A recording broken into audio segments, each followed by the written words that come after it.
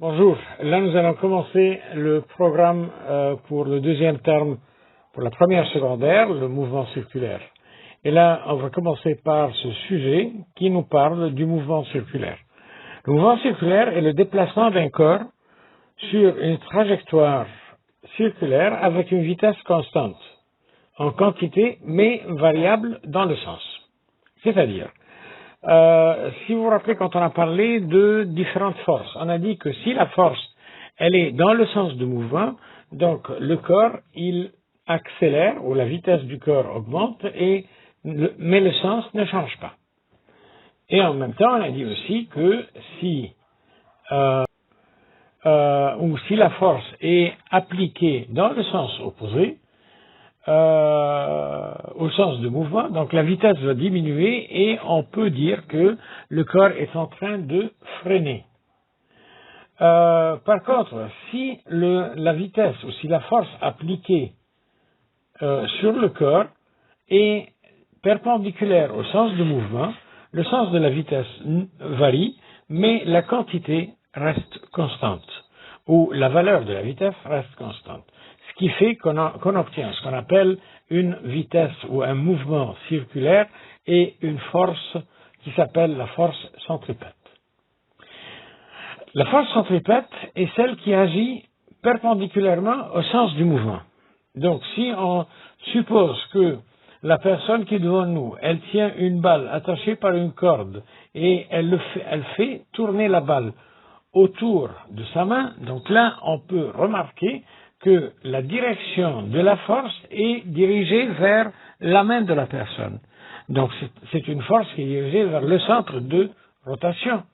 Et en même temps, le corps se déplace dans où il fait des déplacements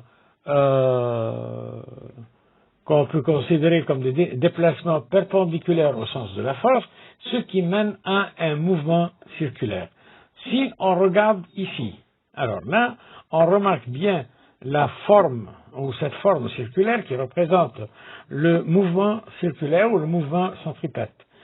Quand vous regardez par ici, vous allez voir que le centre, c'est le C, et à chaque fois que nous regardons l'emplacement de la balle d'un point ou d'un autre, on voit bien que la balle, elle est toujours, elle fait un déplacement perpendiculaire à la direction de la force. Si jamais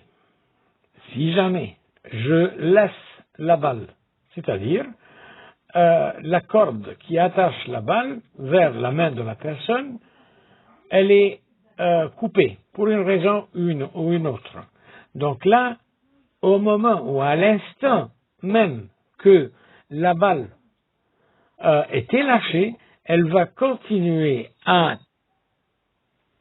s'envoler dans le même sens où elle était au moment où la corde était cassée.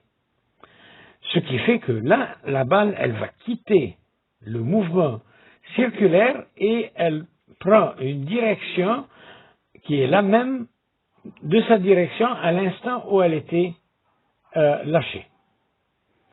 Si un corps se déplace suivant une trajectoire circulaire, il lui faut une force F perpendiculaire au sens de mouvement et vers le centre du cercle pour continuer le mouvement circulaire.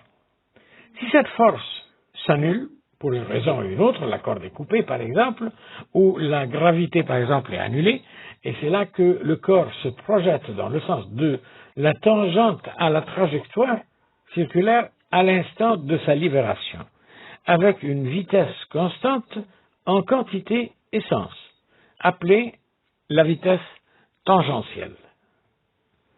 Cela veut dire que la force centripète, sans la force centripète, le mouvement circulaire ne peut pas se réaliser. Le mouvement circulaire uniforme, c'est quoi? Le mouvement circulaire uniforme, c'est le mouvement d'un corps dans une trajectoire circulaire avec une vitesse constante en quantité, mais variable dans le sens. Et à chaque instant qu'elle varie son sens, elle va continuer à tourner autour du centre de rotation. Et la force qui agit sur le corps est dirigée vers le centre du cercle et appelée force centripète.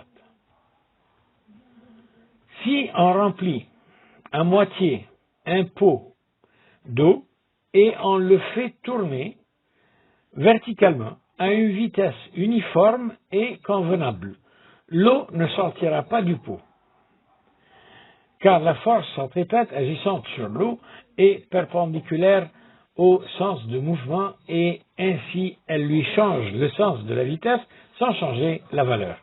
C'est quelque chose aussi que vous remarquez quand on est dans une cafétéria qui présente la chicha.